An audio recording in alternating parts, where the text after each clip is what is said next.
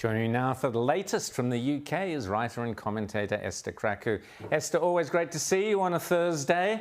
Now, what a story we've got here. Now, the royal family, this is just insane. So, Prince William's godmother, her name's Susan Hussey, she had a black guest at one of Camilla's functions, and you can talk us through what exactly happened, but this particular member of the royal family kept asking this black Londoner, where are you from, where are you from, where are you from? No, I don't mean Islington, or where are you from, where are you from? And this girl took this as racist. She was not happy about it. And since then, Prince William's godmother, Susan Hussey, has been, kicked off or whatever, stood down. Tell us the story, Esther. Yeah, so the palace was hosting an event to highlight domestic violence, particularly amongst ethnic minority communities. And Lady Hussey, who was an experienced member of the royal family and, Prince William's godmother, she took an interest in this particular lady who was dressed in traditional African attire, for lack of a better word. And she kept asking her, almost like a belligerent tax collector. She was so insistent on trying to find out where she's from. And obviously, it was highly inappropriate, and I'm not defending sort of how she asked, but I do think we need a bit more grace in how we handle this, and this is one of my frustrations with how the media storm has taken this up and how the palace has reacted. Because while I don't defend what she did, I do think that the way she's been callously painted as some sort of racist is also unfair. We have to bear in mind this woman is 83.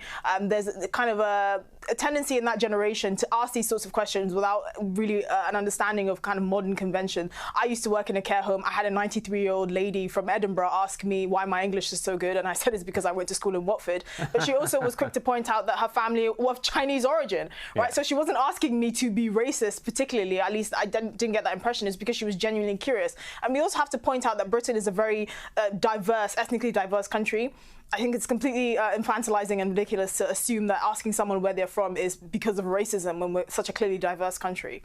I think that's a really good point, Esther. And you yourself have told us many times of your parents are from Ghana. That gives you insights into that part of the world, which are fascinating and interesting. Now, you've just given me a detail there that I hadn't picked out of all the coverage here in Australia, that the woman was wearing an African traditional costume or of some sort. Now, yeah. If you're going to wear a traditional costume, it is not that great a stretch for someone to say, well, where's it from? What's it represent? Which nation or which ethnic area are you representing with your costume? So that's an interesting detail. You yourself must have had similar things many times. You mentioned the one in the old people's home. Is it offensive to say, where are you from? I'm from Islington. No, I mean, where are you from? Where are your parents from? Or whatever. Is that offensive?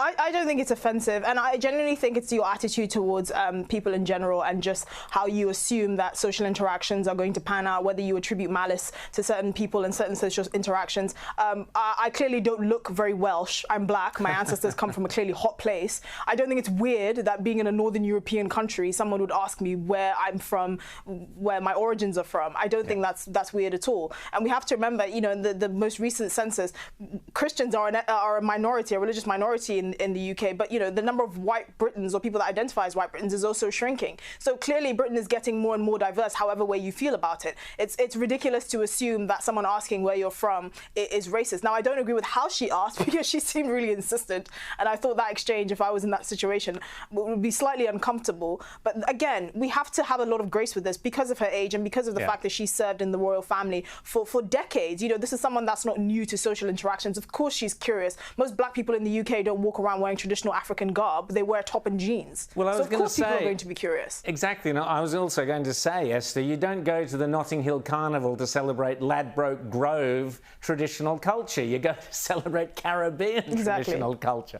Now, on a similar and related story, Richard Curtis, the director of all those brilliant British comedy films, he's come out and he said, oh, actually, Love Actually, not diverse enough, not, inclusive enough, meaning not woke enough.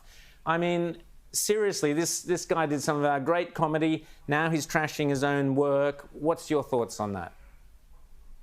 I mean, this is emblematic of the death of great cinema, or even good quality cinema. I mean, I don't know if you remember the creator of Friends, the series, the long-running series with Jennifer Aniston and Courtney Cox, came out saying she's embarrassed at the fact that Friends was too white. And I just thought, well, you're in Upper East Side of New York. I mean, do you understand the demographics in that area? It's not surprising, but also create what you want. Why do you have to put these restrictions on everything and make it seem like because you have people that look of different colors and different races but all think the same, that's real diversity? I find it to be really embarrassing, and I think that's why we don't have any good cinema anymore. I mean, the most recent Thor film has scarred me for life. It was just, I mean, I'm offended on behalf of Australia that you have this fantastic export in the form of Chris Hemsworth that was reduced to a shadow of a man because of this ridiculous woke writing and awful casting.